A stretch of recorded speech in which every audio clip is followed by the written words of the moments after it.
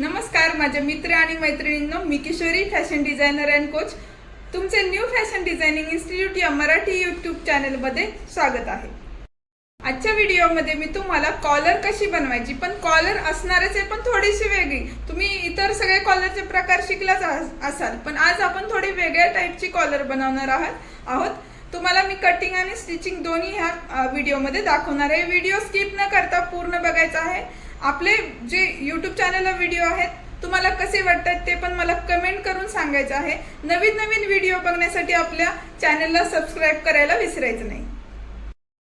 एखाद्या जर कुर्तीला कॉलर बनवायचे आहे, आपण आता एक न्यू पॅटर्न आपण पाहतोय ज्यामध्ये आपण कॉलर बघतोय आणि ती वेगळ्या पद्धतीची कॉलर आहे आणि छान पण दिसते आणि सोपी पण आहे. ते आपण पाहतोय आज. जो हा ड्रेस आहे त्याचं माप आहे 36 इंच आहे चेस्टचं माप आणि शोल्डरचं माप आहे 15.5. 15.5 तयार शोल्डरचं माप आहे. त्याच्यामध्ये आपण 15.5चा अर्धा करतोय, 7.5. जेवढी शोल्डर तेवढंच आपण मुंडा पण घेणार आहे. त्यानंतर इथे आपण शोल्डर डाऊन करतोय अर्धा इंच.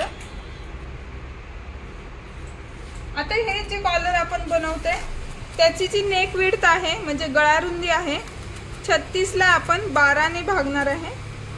3 इंच येते, तर आपण इथे 3 इंच घेऊया. आपण ही ओपन गळ्याला कॉलर कशी बसवायची ते बघतोय.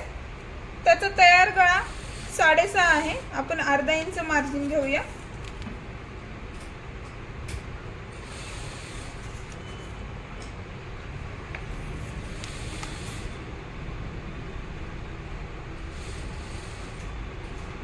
पंचकोनी शेपचा आपण हा गळा टाकतोय.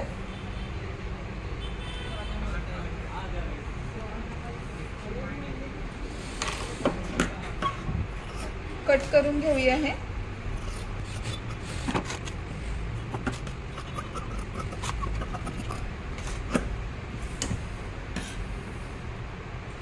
पॉइंट करून घेऊया. हा जो फ्रंट पार्ट आहे ह्यासाठी आपण कॅनव्हास बसवणार आहे. आपला जो मागचा पार्ट आहे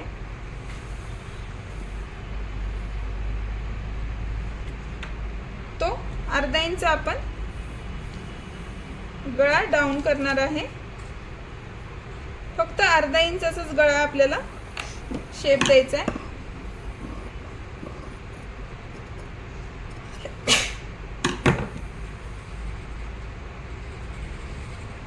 आपण इथे अर्धा इंचाचाच गळ्याचा शेप मागच्या भागाला दिलेला आहे.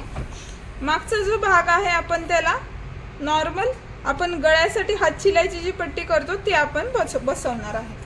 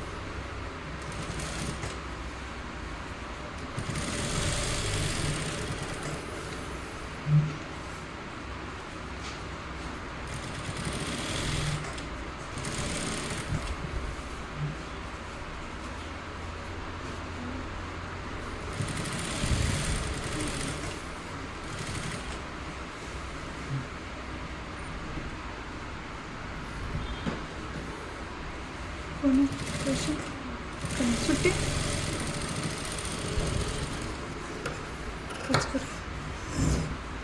पुढच्या गळ्याला आपण कॅनव्हास बसवून रेडी केलेला आहे. कॅनव्हास कसा बसवायचा जर तुम्हाला पाहायचं असेल तर तुम्हाला कमेंट करून सांगा.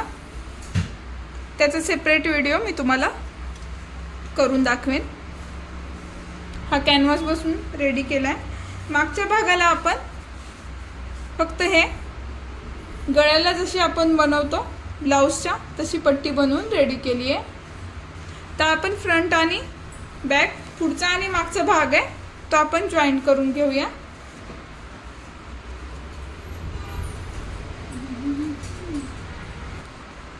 शोल्डर जॉईंट करून घेऊया आपण।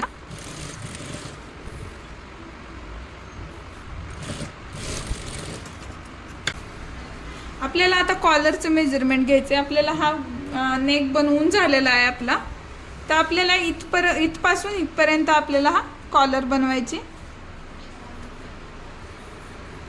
मेजरमेंट घ्यायचं आहे। 8.5 इंचाचं हे कॉलरचं माप येते। तुम्ही कोणत्याही शेपमधला जरी गळा केला असेल त्यासाठी पण ही कॉलर यूज करू शकता। 8.5 इंच येते।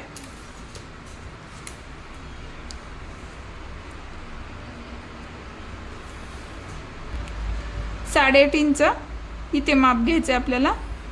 हा कॉलरचा कॅनव्हास आहे, थोडा जाड असतो। त्यानंतर इथे मी 1.5 इंचाची कॉलर घेते। तुम्ही पाहिजे तर तुम्ही 2 इंचाची पण घेऊ शकता, 1 इंचाची पण घेऊ शकता। त्यानंतर आपल्याला 8.5च्या पुढे आपल्याला अर्धा इंच अजून प्लस करायचं आहे। त्यानंतर 8.5च्या पुढे प्लस केल्यानंतर आपल्याला 1.5 इंच आणि त्यावर क्रॉस लाईन करायची।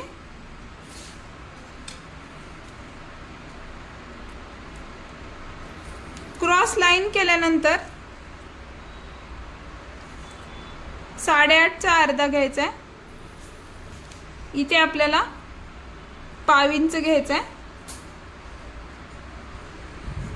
आणि थोडासा वरती शेप द्यायचा आहे आपल्याला।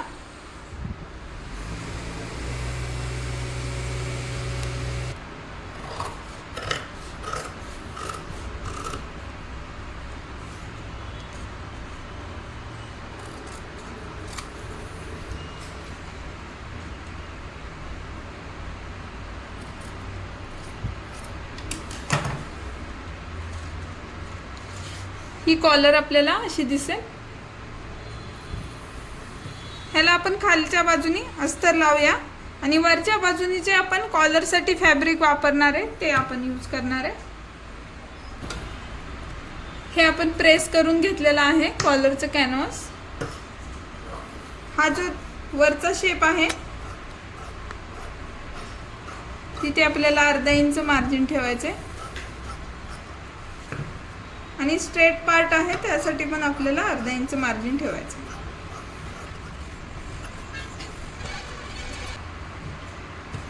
आता आपण जॉईंट करून घेऊया कॉलर।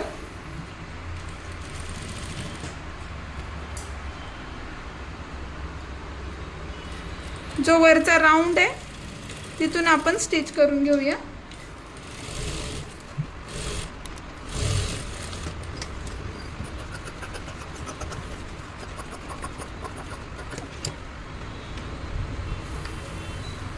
त्यानंतर आपण कॉलर हे उलट्या बाजूने करून घेऊया आणि जो खालचा पार्ट आहे आपण त्यावर स्टिच करून घ्यायचे।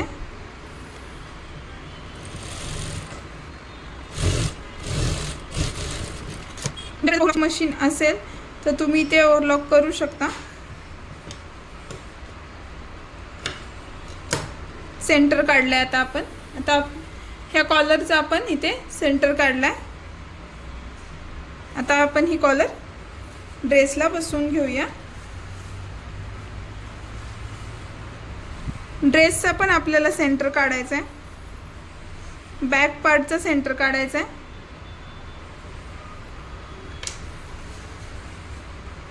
सेंटरला सेंटर मॅच करायचा आहे आणि हा कॉर्नरला कॉर्नर मॅच करायचा आहे। हा कॉर्नरला मॅच करून आपल्याला इथे जोडून घ्यायचं आहे। हे आपल्याला स्ट्रेट करून घ्यायचं आहे।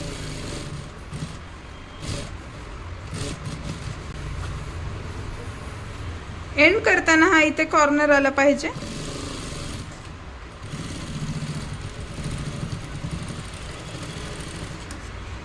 आपण कॉलर करून आपली रेडी झालेली आहे।